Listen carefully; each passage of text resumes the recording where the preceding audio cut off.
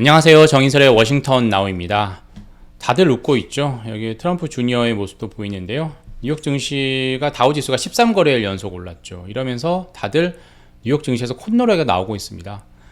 미국 경기 침체 없이 인플레이션을 잡는 연착륙을 달성할 수 있다는 전망이 확산되고 있기 때문인데요. 특히나 이제 경기에 민감한 다우지수가 많이 올랐죠. 금리에 민감한 건 나스닥이고 경기에 민감한 건 다우니까 다우지수가 많이 올랐었는데요. 개인적으로 다우지수의 연일 상승폭이 13거래일 연속이었고 제가 야구를 좋아하기 때문에 두산 베어스의 11연승 누가 더 오래가나 개인적으로 궁금했었는데 끝내 미국 뉴욕 증시가 이겼습니다. 다우지수가 13거래일 연속 올라갔었죠. 경기가 식지도 않고 뜨겁지도 않은 골디락스도 이룰 수 있다라는 꿈에 부풀어 있습니다. 이런 꿈을 꿀 수 있는 건 왜 그렇습니까? 다 아시는 것처럼 미국 경제가 강하기 때문입니다. 미국 경제는 왜 강하죠? 미국의 소비와 고용이 받쳐주고 있어서 그렇습니다. 이런 꿈을 꿀 수 있는 건 당연히 소비와 고용 때문입니다. 코로나19 시기에는 정말 아비규환이었잖아요. 미국이 의료 체계가 이래도 되나 정말 이렇게 허점을 보이면서 정말 미국 세계 최대 강국인 그 체면을 구겼었는데요. 포스트 코로나 시대에는 강력한 펀더멘탈 경제 체력을 기반으로 해서 세계 최대 강국의 면모를 재확인시켜주고 있습니다. 이번 주에는 이렇게 미국 경제가 강한 이유와 그 파장을 중심으로 주요 이슈와 일정을 한번 살펴보겠습니다. 고금리를 이겨낼 만큼 미국 경제 체력이 좋아진 건 익히 알고 있는 것처럼 소비와 고용, 노동시장 때문입니다. 그렇다면 한 발자국 더 들어가서 소비는 왜 줄지 않고 노동시장은 왜 식지 않는 걸까요? 일단 소비를 먼저 보면요. 소비를 받쳐주는 쓸돈, 실탄이 많아서 그렇습니다. 미국 정부의 보조금, 코로나 시기 때 보조금을 엄청 쏟아부었고 그 이후에도 계속해서 IRA다, 인프라딜이다 라고 해서 계속해서 전국에, 미국 전역에 보조금을 뿌리고 있습니다. 특히 건설업 많이 하면서 건설업종 임금이 많이 오르고 있죠. 그리고 코로나19 시대에 쓸 데가 없으니까 쌓아둔 저축이 계속 종잣돈이 되고 있습니다. 그리고 또 하나 놓쳐서는 안 되는 게 미국이 금리에 강한 경제 구조가 됐다라는 겁니다. 가계부채의 80% 이상이 주택담보대출인데요. 이게 글로벌 금융위기 때만 하더라도 변동금리 비중이 상당히 많았습니다. 이걸 완전히 고정금리로 탈바꿈했죠. 대부분 30년 고정금리로 되어 있습니다. 그래서 금리가 아무리 올라도 내가 낼 이자는 안 오르고 있다는 거죠. 그리고 2008년 글로벌 금융위기 이후에 미국이 작정하고 부채 다이어트를 했습니다. 가계부채도 줄였고요. 기업부채도 줄였습니다. 그래서 가계부채도 2008년에 100%를 왔다 갔다 하던 게 지금 75%로 25%포인트나 내려왔고요. 기업부채는 더 떨어졌습니다. 100%가 넘어내 지금 60%대입니다. 이렇게 가계부채, 기업부채 다이어트를 하면서 금리가 올라도 다른 나라보다 덜 타격을 받고 덜 영향을 받는 형태로 바뀌었다는 거죠. 그래서 부채 영향력이 줄어들었고 금리 영향력이 줄어들었기 때문에 금리가 아무리 올라도 미국 가계는 계속 지갑을 열고 있고 미국 기업의 투자는 위축되지 않고 있습니다. 그래서 지금 미국 GDP의 상당 부분을 차지하는 게 미국의 소비, 민간 소비와 민간 투자입니다. 이게 바로 가계와 기업이 금리가 올라도 계속해서 쏟아내 부어줄 실탄의 여력이 있다라는 걸 보여주는 거죠. 그래서 소비와 투자가 든든히 받쳐준다라는 거고요. 그 다음은 고용을 살펴보면요. 바이든과 트럼프의 합작품입니다. 저는 이렇게 한번 적어봤습니다. 고용시장이 강하다는 건 수급 측면에서 보자면 공급이 당연히 수요에 비해서 적다는 거고 수요가 공급에 비해 넘친다라는 얘기입니다. 이건 둘 다 동어 반복이죠. 그럼 왜 그렇게 된 수급 측면이 아니라 왜 그렇게 되냐 보자면 정책적 측면에서 한번 살펴보겠습니다. 먼저 노동 공급 부족은 트럼프 전 대통령의 작품이라고 할 수 있습니다. 코로나19로 인해서 어땠죠? 조기 은퇴 정말 많았고요. 육아해야겠다. 가사 육아 베이비시터가 없어지면서 사회적 거리두기 때문에 육아 부담이 늘면서 여성 노동자들이 노동시장에서 상당히 퇴직을 했죠. 많이 물러났습니다. 그러면서 이런 건 불가항력에 가까웠습니다. 여기에 기름을 부었던 게 또 뭐죠? 트럼프 전 대통령의 반이민 정책입니다. 이민들이 안 들어오니까, 노동 공급이 안 되니까, 특히 서비스업을 중심으로 한 블루칼라 제공이 안 되니까, 공급이 안 되니까 노동 공급은 현격하게 줄어들면서 공급 부족 현상이 일어났던 거죠. 바이든 대통령도 트럼프 대통령의 이런 반이민 정책을 거의 손대지 않았습니다. 손 안 대고 코 푼 거죠. 정말 많은 과실을 얻은 거죠. 전문직 쿼터를 부분적으로 늘리긴 했지만 현재 노동력 부족이 심각한 곳은 서비스업 업종, 심각한 블루칼라 쪽입니다. 이런 쪽은 이민을 전혀 늘리지 않았습니다. 여기에 바이든 대통령은 한술 더 떠서 노동 수요를 더 늘렸죠. 모든 정부의 하나 같은 목표가 일자리 창출인데요. 바이든 대통령은 바이드노믹스라는 이름으로 뭐 바이 아메리칸, 메이드 인 아메리카 이런 걸 추구했습니다. 모든 걸 미국에서 미국산으로 만들어서 미국 사람들에게 팔라라는 그런 명령인 거죠.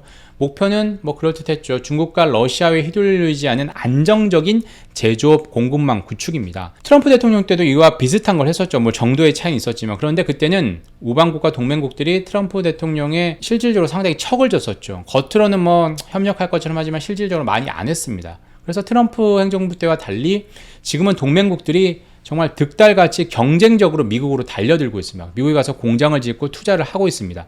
제조업을 중심으로 미국 내 인력 수요가 폭발적으로 증가한 이유인 거죠. 제조업이 생기면 당연히 주변에 식당, 뭐 백화점 다 생기잖아요. 서비스업 일자리 수요도 덩달아 증가할 수밖에 없습니다. 그래서 이런 노동시장의 수급 불균형은 결과적으로 트럼프 전 대통령과 바이든 대통령의 합작품이다, 이렇게 저는 생각을 합니다. 서비스업의 노동 공급 부족 현상은 트럼프 전 대통령의 지분이 더 크고요. 제조업과 어떤 이런 부분의 노동 수요 초과 현상은 바이든 행정부 정책의 부산물이다, 결과물이다, 그런 측면이 더 강하다라고 할 수 있습니다. 즉, 노동시장의 수급 불균형은 트럼프 전 대통령과 바이든 대통령의 합작품이다, 이런 얘기를 드렸고요. 이런 상황에서 뜨거운 노동시장은 미국 경제는 일단 좋습니다. 기준금리를, 물가를 잡기 위해서 기준금리를 아무리 올려도 경제는 끄떡하지 않습니다. 특히나 선진국, 미국 같은 선진국은 일자리, 실업률을 상당히 중시하죠. 한국이나 다른 나라든 뭐 신흥국들은 성장률을 더 중시하죠. 그런데 실업률이 그렇게 금리를 11회에 걸쳐서 5.25, 5.5까지 올렸는데도 3.6% 요지 부동입니다. 이런 상황이 없는 거죠. 완전히 필립스 곡선이 전혀 맞아떨어지지 않는 거죠. 필립스 곡선은 물가 상승률과 실업률이 반비례한다라는 건데, 여기서는 물가 상승률은 떨어져도 실업률은 그대로라는 거죠. 미국형 실업률 곡선을 새로 정의해야 될 판국입니다. 그러면 미국은 실업률은 요지부동이어서 미국 중앙은행 입장에서 보자면 이제 물가 목표치 2%로 내리기 위해서 지금 CPI는 3%고 PC는 뭐 근원 PC 같은 건 4%대인데 이걸 2%로 내리기 위해서 금리를 더 올려도 된다라는 거죠. 왜냐하면 노동시장이 탄탄하기 때문입니다. 이런 상황에서 다음 달 4일 금요일 미국의 7월 고용보고서가 나옵니다.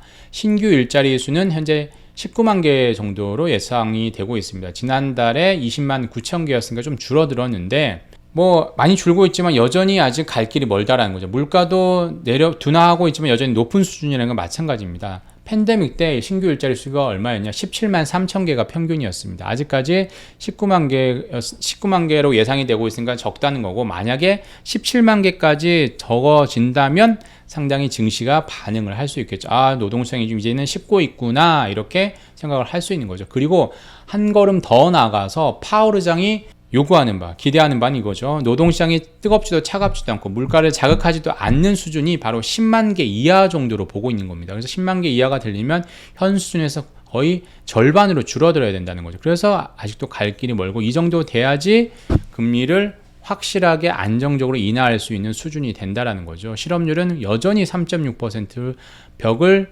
심리적 저항선을 지키고 있는데 이번에도 그런지 한번 봐야 될 것 같고요.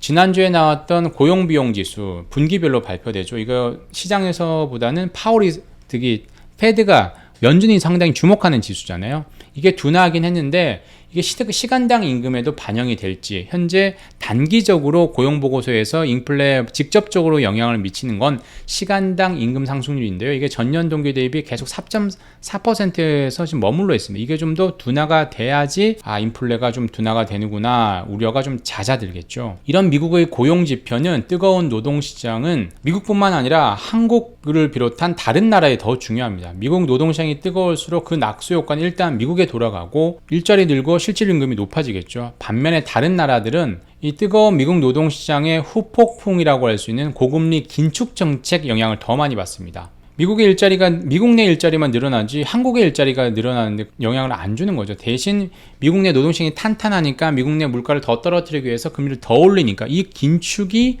전 세계적으로 영향을 미친다라는 거죠. 그래서 이 뜨거운 노동시장의 낙수 효과는커녕 긴축의 뜨거운 맛만 보게 된다라고 얘기를 할 수 있는 겁니다. 반면에 2008년 글로벌 금융위기 때는 어땠습니까? 승자는 제조업 강국들이었습니다. 금융시장, 금융자산에 거품이 꼈으니까 실물이 우대를 받으면서 제조업 기반이 강했던 한국, 중국, 독일이 상당한 혜택을 받았습니다. 전성시대를 이어갔었죠. 당시에 한국은 위기를 먹고 산다, 위기에 강하다, 위기가 기회다, 이런 수식어가 너무나 귀에 못이 박히도록 들었었는데요. 코로나19 때 이후에는 양상이 달라졌습니다. 팬데믹 기간에는 일단 정보통신, IT 업종을 중심으로 제조업이 반짝을 했었죠.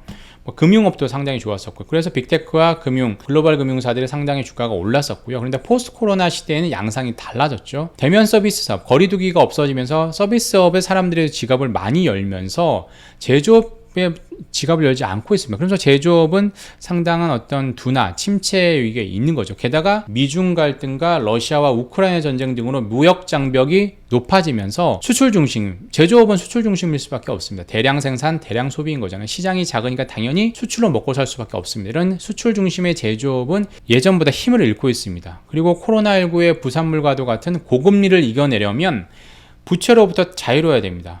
부채 다이어트하고 고정금리로 전환을 했어야 되는데, 미국 외에는 다른 나라들은 그러지 못했다라는 거죠. 한국은 가계부채, 중국은 기업부채로 허덕이고 있는 거죠. 일본은 또 정부부채 부담 때문에 금리를 못 올리고 있는 거고요. 이 모든 곳에서 미국은 최고점을 받고 있습니다. 포스트 코로나의 최전성 시대를 이어가고 있는 거죠. 반면 글로벌 금융위기 직후에 한국과 같이 전성시대를 열어갔던 독일은 아예 유럽의 병자라는 소리를 들을 정도입니다. 아예 그렇게 전락할 위기에 있는 거죠. IMF가 14-7월에 경제성장률 전망치를 내놓는데, 이번 4월에 내놓은 걸 보니까 지난 1월에 비했던 것 비해서 대부분 올렸는데, G7 국가 중에 독일만 이렇게 내렸다라는 거죠.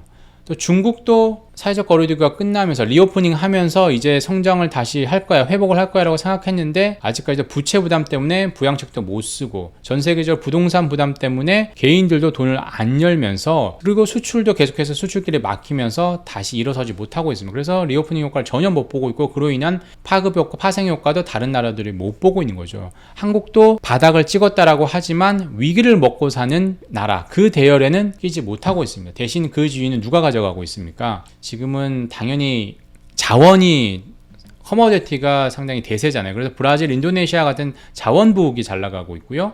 이탈리아나 프랑스 같은 서비스업 업종이 좀 더 강한 나라들이 독일 같은, 한국 같은 제조업 업종이 강한 나라들보다 좀 더 나은 상황에 있습니다. 그래서 포스트 코로나 시대는 제조업 중심보다는 서비스업 중심, 자원 중심으로 가고 있다라는 거고요. 이런 상황에서 이제 제조업 르네상스를 꿈꾸는 국가들의 주요 지표가 나옵니다.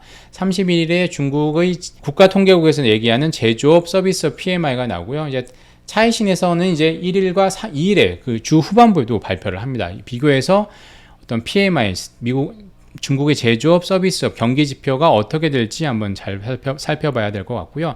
같은 날 이제 한국 시간으로 31일 올해 저녁이겠죠. 유로존의 7월 소비자 물가와 2분기 성장률 속보치가 나옵니다. 그래도 물가 상승률은 떨어지고 있죠. 5.5%까지 내려왔습니다. 5.5%보다 독일 같은 경우 높죠. 그런데 프랑스나 그리스 이런 나라들은 오히려 더 낮습니다. 이게 다 여행, 서비스업 업종들이 강한 나라들이 오히려 더 낮다라는 거고, 제조업 업종이 더 강한 나라들이 오히려 이렇게 힘들고 있다라는 거죠. 그래서 인플레이션은 좀 둔화할 텐데, 유로존이. 그런데 같은 날 이제 성장률도 발표하는데 2분기 성장률 속보치도 나오는데요. 성장률도 떨어질 거라는 거죠. 그래서 두 개를 보면서 물가도 떨어지지만 성장률도 많이 떨어진다라고 하면 이 침체 기간, 시기와 그 깊이를 가늠할 수 있겠죠.